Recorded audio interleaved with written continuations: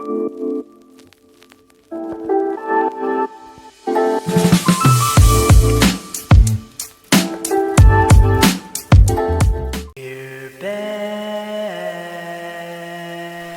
in Lawz presents Let's Drop Jewels, Season 2. Let's go.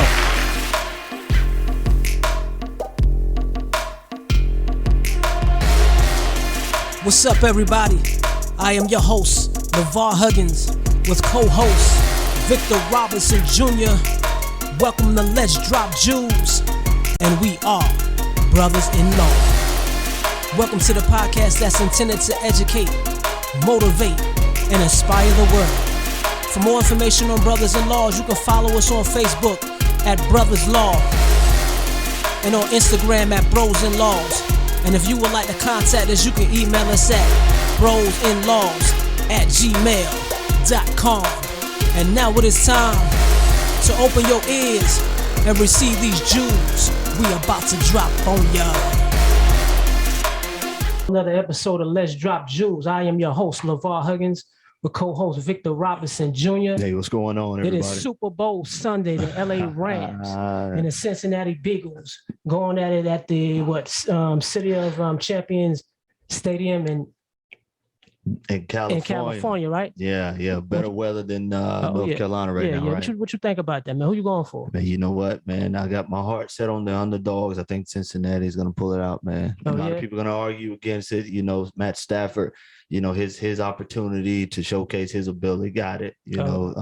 Congrats to him and his team, the LA Rams, making it. However, underdogs, let's do it. Do it? Okay, listen, I didn't even know who was playing, man, until I Googled this right before the podcast. Yeah, you're not a football guy, not a football guy, man. Like that, but right? Guess what? I go for any team that wins, man. All right, there you go. Yeah. So question of today, can anybody guess what the topic is going to be about today? Anybody? You want me to take a shot at it? Well, listen, for those of you who don't have a clue, we're going to talk about the only month in the year when African Americans are recognized for their accomplishments, achievements, and the history of our culture. Black history. Black history. Right. Was it our true history of culture? You know? Yeah, that's a pretty interesting question. Yeah, that is the question. So today we're talking about Black history, our roots, our pain, and our legacy. In high school, right, Victor? In high school, tell me something, man. Yeah. What was it that you learned about Black history? You know, we had this conversation offline. To be honest with you, you know, you always got the traditional Black history stories, Martin Luther King, never Malcolm X. Right, you know, that was one that I didn't hear too much about until I went to college. But minimum information, you know, and it was always framed around the rescue of Europeans, right? Right. You know, the heroes come to save the day. Yes. You know, and so that's kind of how it's always been presented in our educational system. And today, 21st century, we're looking at something totally different. And so, you know, our history has been given to us in fragments, small pieces, and not enough at the time for us to really understand the impact that African Americans had in the building. We're talking specifically about America and building the economy of America. So that's kind of how it was for me in high school, middle school, so forth. Right. African American, also referred to as Black Americans, formerly Afro-Americans, are the ethnic groups consisting of Americans with partial or potential or a total ancestry from any of the Black racial groups of Africa. Okay. The term African American gently denotes descendants of enslaved Africans who are from the United States, while some Blacks immigrated or their children may also come to identify as.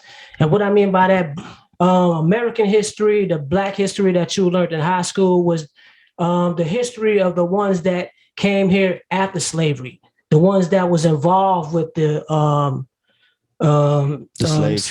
slave trade, the ones that was involved with the civil rights. So these were the ones that was here after slavery. So in high school, you basically got the knowledge of the African Americans that's here in America already, and the ones that went further to make a difference here in America.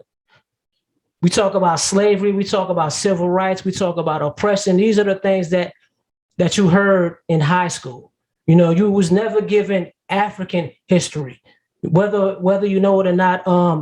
African Americans, we come from a background of royalty, kings and queens. One in particular was a man by the name of Musa Keita. Most people know him as Mansa Musa. Mansa means is an Arabic word meaning emperor or king. Right. Now, for those of you who knew a little bit about Mansa Musa, I'm gonna tell you a little bit more about Mansa Musa. Mansa Musa, he ruled the Mali Empire in the 14th century. When Mansa Musa came to power in 1312, most of Europe was starving in that war, but many African Americans were flourishing. Mm-hmm. Due to the reestablished powers of Mansa Musa, he helped construct mosques. He also established major universities. He further on elevated the city's reputation, and he attracted scholars and students from all around the world. Right. Kings played a role, but African women also played a significant role too. You know, our kings and queens, we have Nefertiti, who was the queen of ancient Kemet in Egypt. Yeah. We also had Makuta, the queen of Sheba from Ethiopia. I didn't know that. Yeah, so women also played a significant role in our history, our African history. You know, when we talk about African history and kind of where we are as, you know, Black, brown, dark-skinned people in America, you know, American history for a lot of people now has been considered Black history. Yes. You know, and so to separate it and have a particular month specifically for the education of Black history, for some people, that's a little offensive. Yeah. You know, because the history of America is Black history, and it shouldn't be separated or giving a specific month. Like we understand that having this one particular month may bring about some education of African or Black American contributions to our American society. However, it doesn't totally exclude the other 11 months of the year where we should be still exercising all of those social economic contributions of African Americans throughout, simply because it is Black history. You know, I don't think you can have American history and not include Black history, because when we talk about all the things that you talked about, the kings and the queens and slavery and civilization, you're talking, you know, millions and millions of years ago in the Middle East, where, you know, slavery was prevalent simply because it was so much war. But it wasn't the fact that the slaves were being enslaved simply based on complexion or color. Right. It was right. You know what I'm saying? Exactly. So why do you think they focus on slavery so much? And myself, I'm gonna give you my opinion why I think slavery is the main focus when it comes to Black history. Right. It seems as though, you know, they want to keep you at a certain level, because we know now that slavery, we know that Black history came way before slavery. It came way before slavery. So it seemed that the focus is on slavery. It's always focused on the civil rights. It's always focused on oppression. And that's to keep us at a certain level, because they know that we're greater than that. They know that we come from something much greater than that. So they tend to stick to the history of America more so than the history of African, our ancestors. Well, you know, again, when we enter into the history of America, you know, we're talking about a group of Europeans who found space and opportunity in a land that was owned by others, but felt that they needed to occupy it for themselves. So now you're talking about you mentioned how Europe was during a certain period where there was not a lot of economic growth, social, development. But in Egypt and areas like that, there were civilizations being established that were far more advanced than those in Europe. So when you get a sense of royalty, as you were talking about, kings and queens and Mansa Musa, I've read a little about him, and I understand, his position as a wealthy king and kind of the contributions he gave to the land. The wealthiest. He was the wealthiest. So right. when I would see it, when a country see that, and they're struggling on their own, or they're trying to develop their society, they take a lot of that type of stuff because they see it as being an opportunity for prosperity.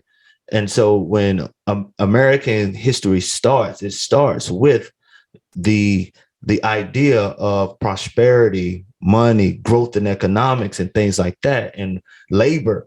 And what way to do that than to maybe enslave particular people simply because of color, so that they can assist us in advancing our plan or our mission. And so a lot of America was built, based around those facts. First slaves, we know, entered into the United States through the state of Virginia, through Jamestown, and they have some very interesting monuments in Jamestown, Virginia. But once that happens, we then start to see how the greed starts to expand throughout the country, which leads for more grotesque and horrific behaviors, because individuals, say Europeans, establish their place of living or their position in a new society and would not want to give that up by any means necessary. So the idea is we have to talk about the slavery part, because that was the area where most Black people were kept. And also it's more rememberable simply because of how horrific it was. So it's hard to really get those images or get that idea out of your mind when it's so like seared inside of your thought, or grained inside of your thinking. So our struggle is trying to overcome this thinking, and let's look at the positive contributions of African Americans or Blacks in America. So most people may ask, why Africans? Other groups were enslaved, but the question once again is, why Africans? Well, believe it or not, Africans was taken from Africa, a different continent, because they had no idea about the landscape when they came over here. They knew that we had the knowledge of agriculture. They knew that we had the knowledge of masonry. They knew that we had so many different knowledges, right? So they thought that Africans would make the best slaves, because we had so much under our belts, So we made the masses plenty of money, labor, because when they came over here, we taught them so many things, things that they didn't know. Indians, of course, was slaves too. But see, the Indians, they feared the Indians. The Indians knew the area. The Indians knew everything about the land that they were surrounded by, and it was easy for the Indians to escape or overcome their masses. So bringing Black folks from Africa was their best thought at that particular time, because they knew what we was made of. They knew that we would make good slaves. Well, they knew we was hard workers. They knew we was smart. When you think about it, again, slavery is always that strongest topic when you're talking about African American history or Black history, simply because I think this is where we can look at it and find motivation to overcome, simply based on our ancestors and what they've done in the previous time, and where we are today is totally different. Yeah. So, we wouldn't be able to kind of sit here and do what we're doing and speak freely about this topic, right. Several 400 years ago, whatever the case may be. But when Blacks are particularly taken up out of anybody, when you're uprooted out of your land and stripped of everything, all of your education, your knowledge, your roots, your culture, thrown into a new place to occupy, you might find it hard to really fight for something that you don't really accept to be your own. So when you use the example, the Indians, you come in my house and try to take over the land, we got a problem. It may look different if it was, maybe the natives fighting the natives, because they had their civil wars as well.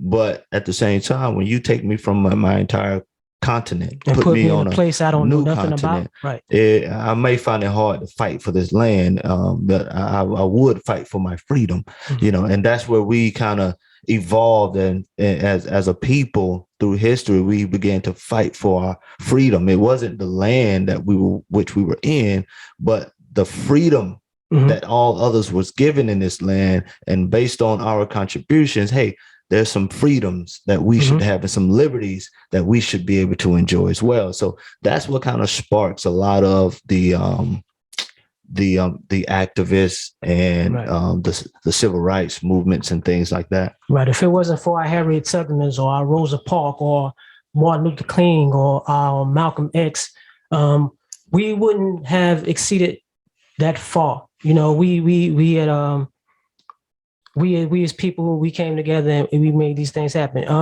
Harriet Tubman was an American political activist. Rosa Parks was an African-American activist in the civil rights movement, best known for her pivotal role in the Montgomery, Alabama bus boycott. Yeah. And, a lot of people remember that one. Much salute to these guys for stepping out there and making this difference. And being enslaved and being controlled. I don't believe at that particular time that most African Americans actually had the nerve to step up and overcome slavery. But there's a lot of shock and awe that go into that, man. And I have this conversation with people all the time. It's like, I used to battle with it myself. Like, why didn't they fight back? Right. Because, there's a lot of things you got to overcome before you find the strength to fight back. Even in our basic day-to-day lives and our challenges that we have as individuals, when those situations become more dominant than our faith, more dominant than our hope and our will, then those circumstances win. It's not until you raise up and say, hey, I have a voice. Right now there's a big campaign for Black voices. You see it all in the NBA and the NFL. It's on everybody's shirt, Black voices. Unfortunately, we have to cry loud like that because our voices are not heard on a regular. It's very much heard during the month of February, very much heard. But what about when March come around, April, May? So we have made tremendous strides in developing as a country. Got to give credit to the ones who have paved the way, like your Harriet Tubman, your Rosa Parks, Du Bois, and Carter Woodson, who a lot of people know that he is kind of the father of Black History Month, and it started in 1929. Years and years and years and years ago, where it was actually Black History Week. And so when we look at a month, what his concept was not only make it a month, but we need to find a way to get this history embedded into our educational curriculum. Because I think the fight is not only what we know about the Black history, but what our children are being taught constantly, more so than white history or Egyptian history, whatever the case may be, because some of us would never go to those lands. But can you imagine if they had given us the African history, how much more powerful we would be to this day? Yeah, I mean, again, when you're in a place and you're stretching or you're reaching for hope, will, and faith and things like that, you want things to come to be given to you that can empower you versus oppress you. And yeah, absolutely. If we know that there is one who can overcome the greatest adversities, then I do think that that's motivation. I think oftentimes that's what we look for is these people who have done tremendous things that we thought could not be done, but yet they found a way to do them. We find hope in their actions. And a lot of the activists and abolitionists, those individuals have always stood in a level of stature in the minds and in the hearts of Black Americans or African Americans. But there is a conversation out there about do away with Black history, do away with it, simply ingrain it, knit it, embed it into the education and the culture of America, because it is American history. It is American history. You ever wonder why African Americans always dominated the game? You ever wonder why they always excel in everything that they do? Well, listen, I may have the answer for that. A group of geneticists wrote a book back in 1996 called The Global Patterns of Linkage Disequilibrium at the CD4 Locus in Modern Human Origins. Let me repeat that again. Yeah, I feel like you're going to hit us with something deep. Yeah. Okay. The book is called The Global Patterns of Linkage Disequilibrium at the CD4 Locus Modern Human Origins. This was a book copywritten and published in 1996 by a group called themselves the American Association for the Advancement of Science. Listen, because y'all going to want to hear this. I'm about to give y'all the answer to the question I just asked a few minutes ago. All right. So this group of geneticists consist of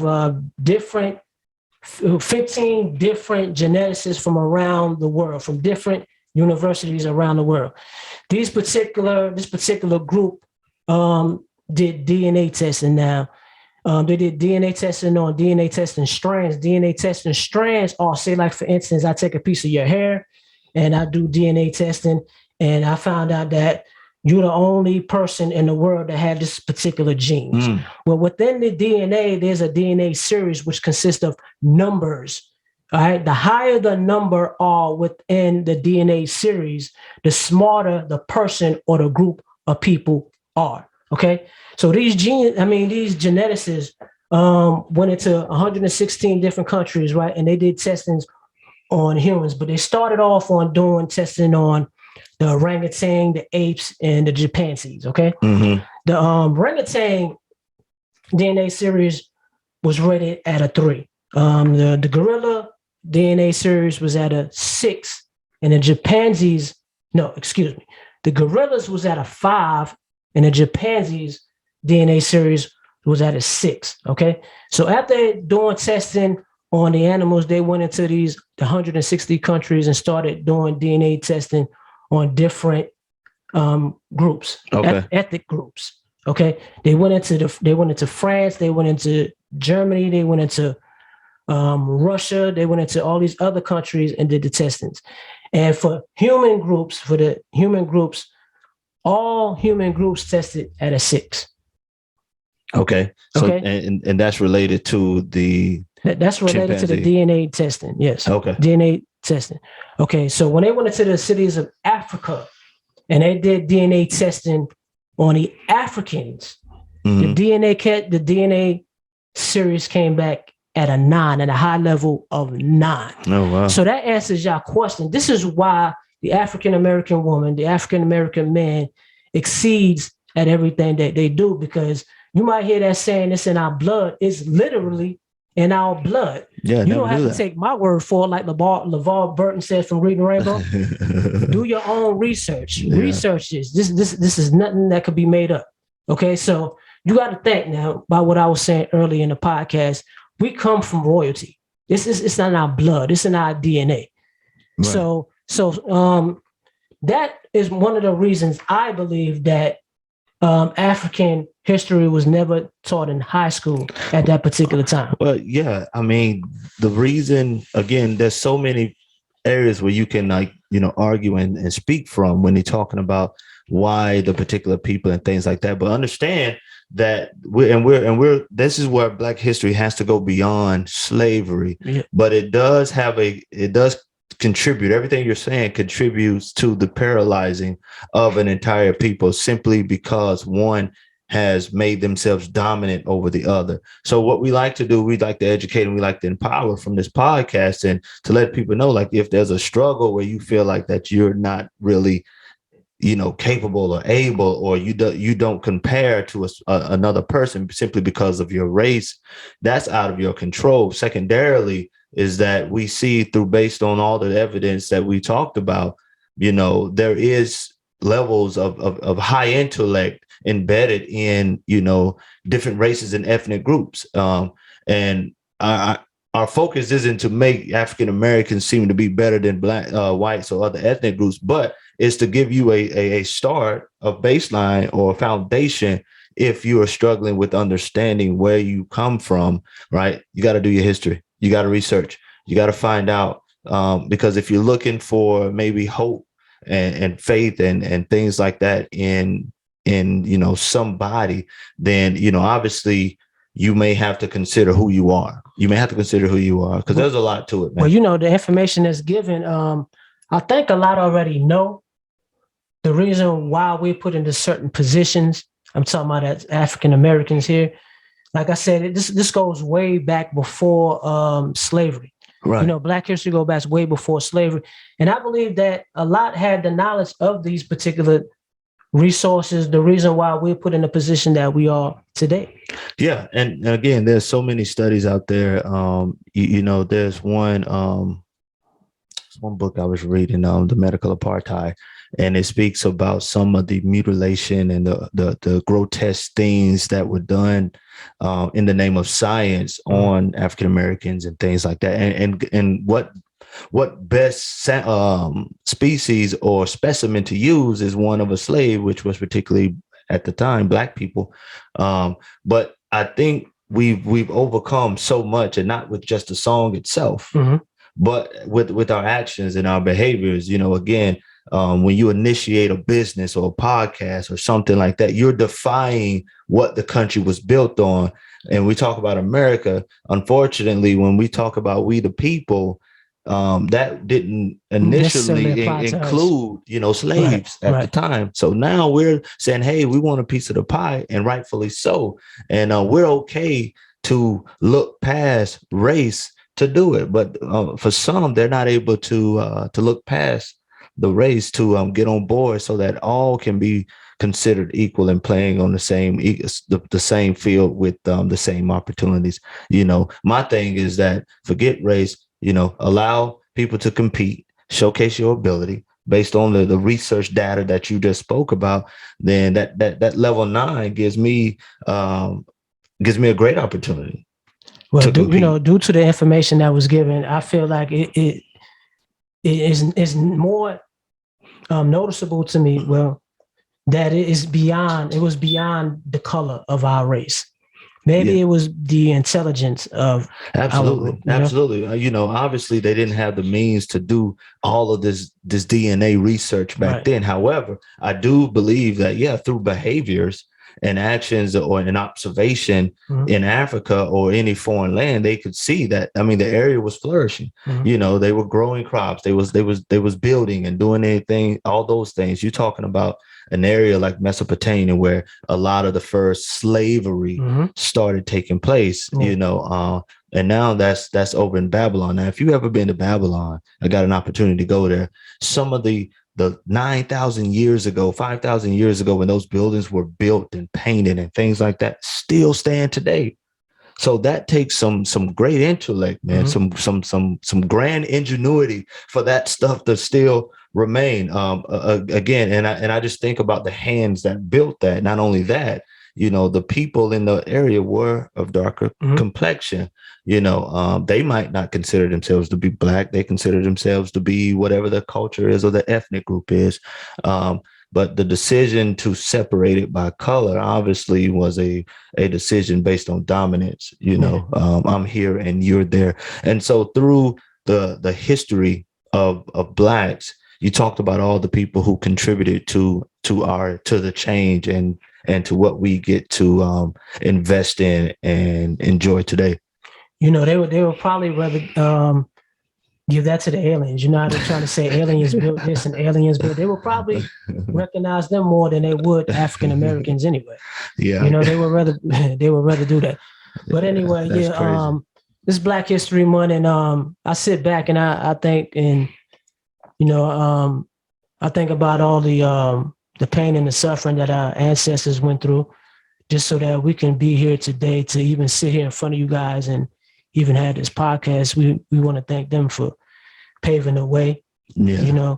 And a question would be, should there be Black History Month? Black History Year. We should have it all year. The whole year. The whole year.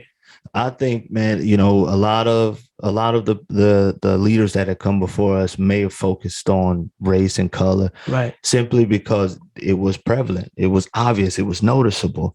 But I go back to to Woodson in 1926, and the original intent was where do we start to truly hold people accountable, hold governments accountable, hold our economic leaders accountable, educational leaders accountable for educating our young kids with the history of America, which includes Black history. But that's when me and people like you come into play. We as African Americans, we need to come together and get these curriculums into the schools. Get them into the books. Hold seminars and little things like that to continuously inform our people of things like that. Keep them uplifted. Keep them informed of our history constantly, over and over again, just so we can build them up. Because we've been so torn apart, what I'm saying, and embedded with false documentation, on slavery and oppression, just to keep us in that state of mind that we're nothing. Yeah, that we're beneath. I mean, the constant conversation about slavery, it always bring about, in my opinion, it always bring about a sound of defeat in some cases, because we look at the horrific actions, given by the Europeans to African Americans or to African slaves.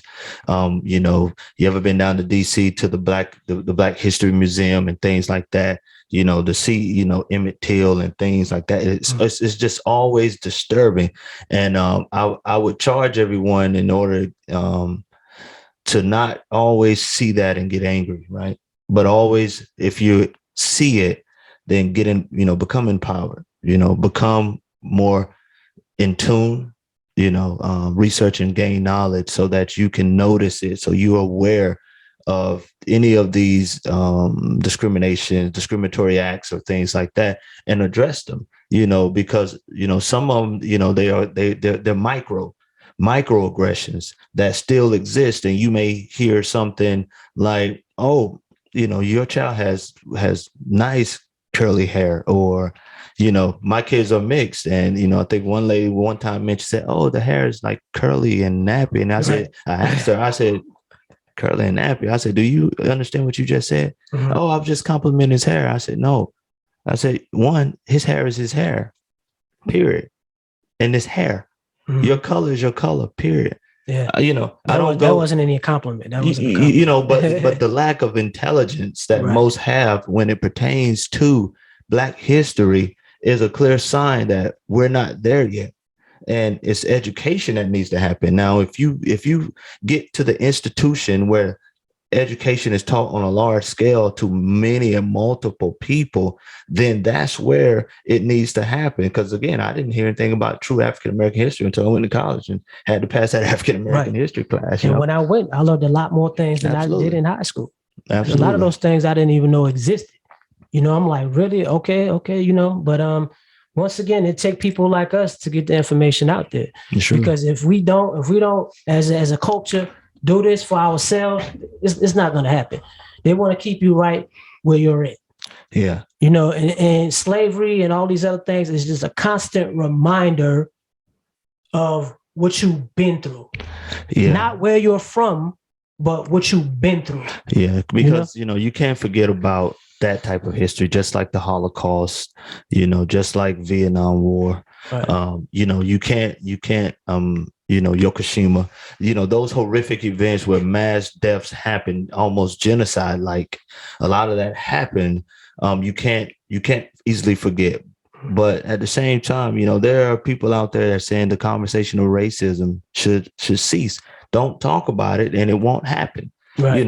And to a certain degree, I can see how they would probably think that. But in that same token, we have to ensure that the history is not forgotten. Because when I go see someone, I don't want to say that white guy. Notice how people describe, man, that black guy. Right. First they say that, or man, that white guy. If we can get out of the description and just look at the person. And that may be a way to identify somebody, but how many black guys are running around? How many white guys running around? You know, so I think at that point we're talking about building our language, building that up, how we communicate about each other, what we say to one another, and how we make each other feel embraced or welcome. I think that's a big indicator that the racism term is maybe ceasing when we can start to say, hey, my brother or my sister or friend, or a good guy, or, a smart man or whatever the case may be, but I think we have to change up the description of when we're communicating with folks, because we do it quickly, here in America. Yeah. Everybody's branded on color. That black guy there. Yeah. We brainwashed. It's time to wake up. Yeah, man. It's time to wake up.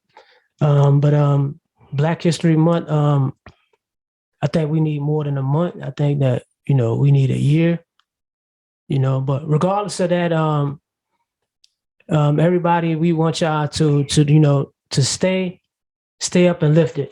Look into your history. Don't always accept what's given to you. Always do the knowledge, always do the research. And we would like to thank each and every one of you for tuning in to Let's Drop Jews today. For any of you who hasn't heard any of our previous podcasts, you can download it where podcast is available. Check out our YouTube channel, like, share, subscribe. Please get the information out there for us. And we would like to thank each and every one of you for tuning in today. Thank you, Victor Robinson, for showing up. As Absolutely, usual, brother. You know how my we man, do, my man. brother. I appreciate how we do. So until next time, y'all, peace out. Take care. Love you guys.